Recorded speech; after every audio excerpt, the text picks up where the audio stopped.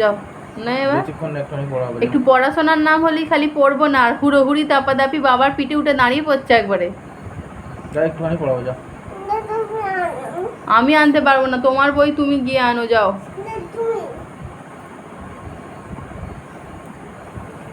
খালি বাবার পিঠে উঠে দাপাদাপি করা ওর একটাই কাজ।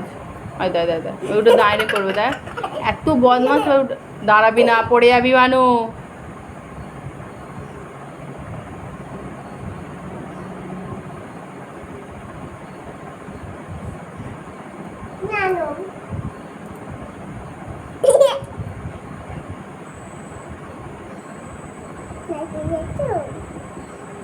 দেখো এবার বাঁ চোখটা লাল হচ্ছে, ওর ঠান্ডা লেগেছে ওর।